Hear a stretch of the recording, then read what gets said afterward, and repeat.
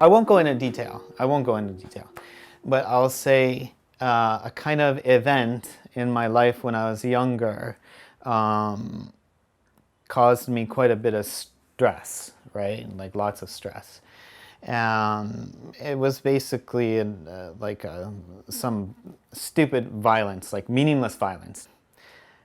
I ended up becoming very, very paranoid, kind of like a crazy paranoid guy. I didn't want to go outside. How old were you at this point? I think I was 17.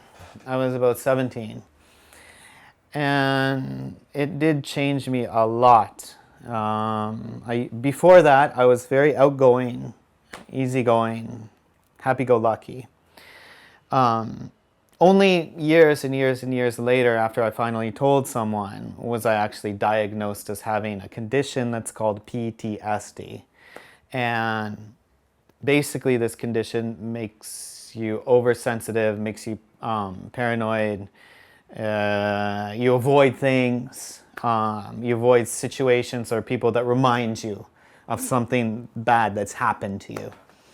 So, strangely enough, I credit this PTSD for having developed the ability to sit and concentrate alone at an activity to entertain myself for hours and hours on end. Honest to God, from like my teenage years to my mid-20s, I rarely ever left my house.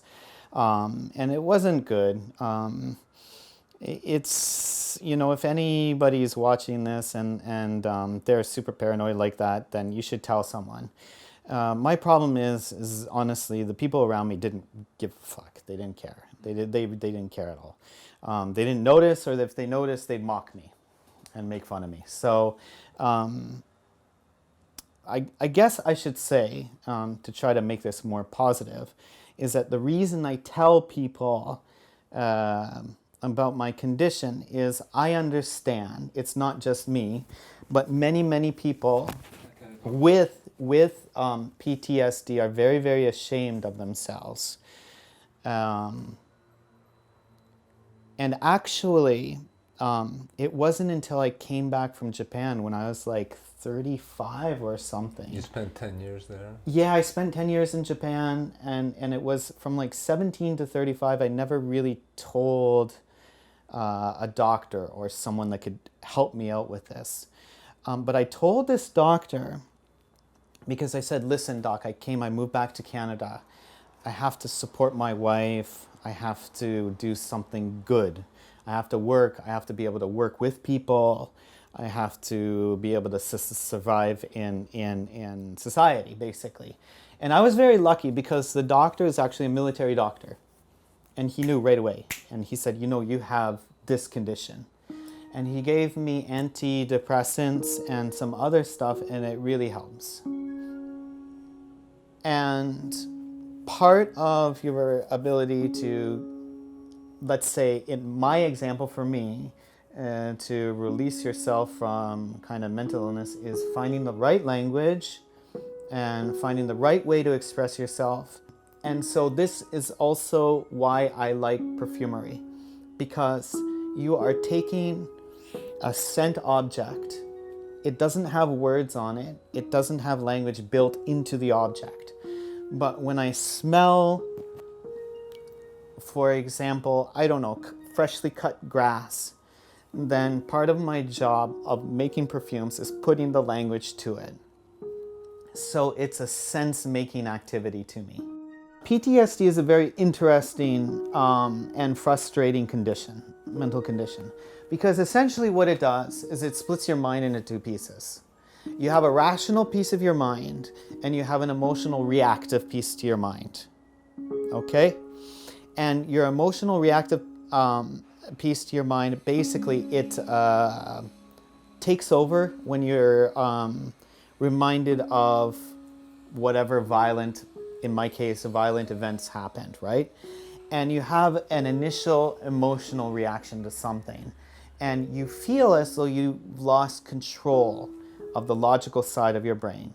So, what I constantly try to do as someone with this condition is to constantly engage my higher thinking, the frontal cortex, right? Not the animal reptilian part of your brain, not the active, oh, I get pissed off or angry or scared or something.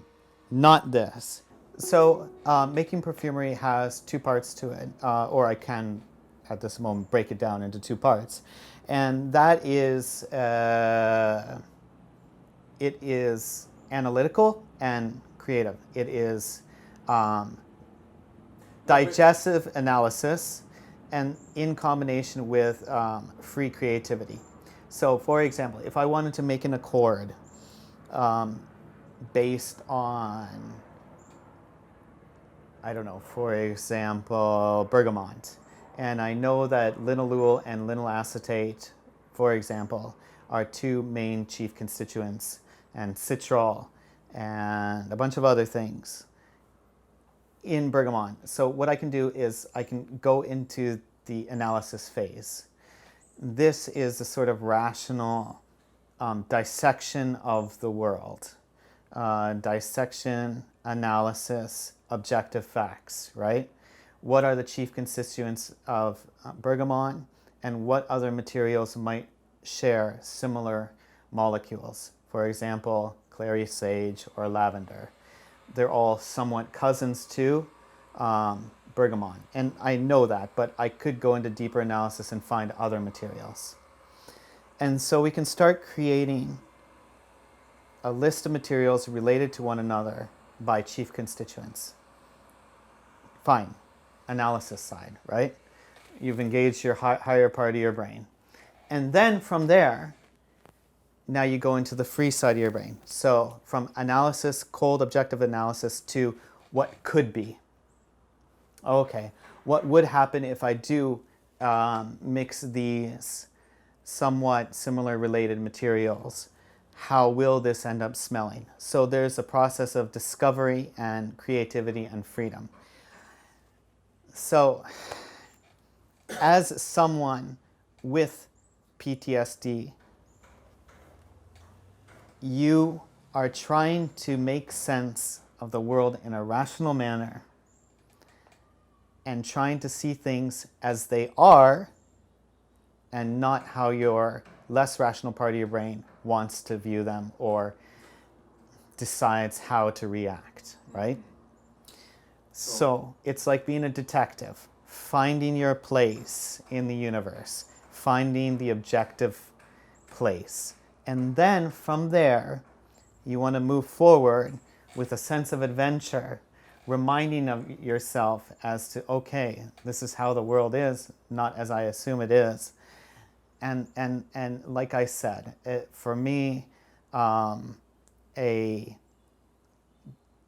activity of discovery and analysis is probably, and putting language to things and being creative and analytical at the same time is a good activity for people with PTSD.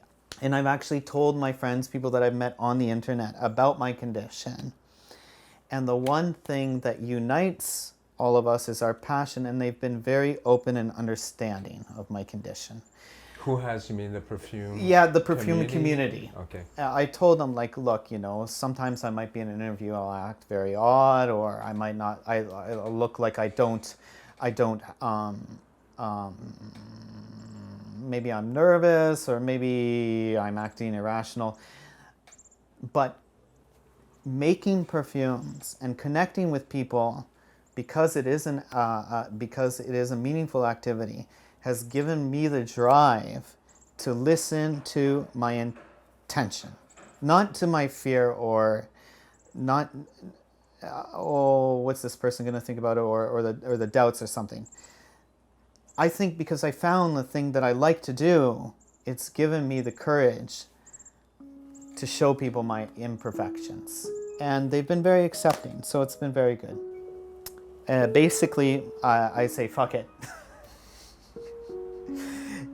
If you know yourself and you just tell people, look, let's say we're going to a party together with lots and lots of people, and I'll tell you ahead of time, look, I might freak out or something.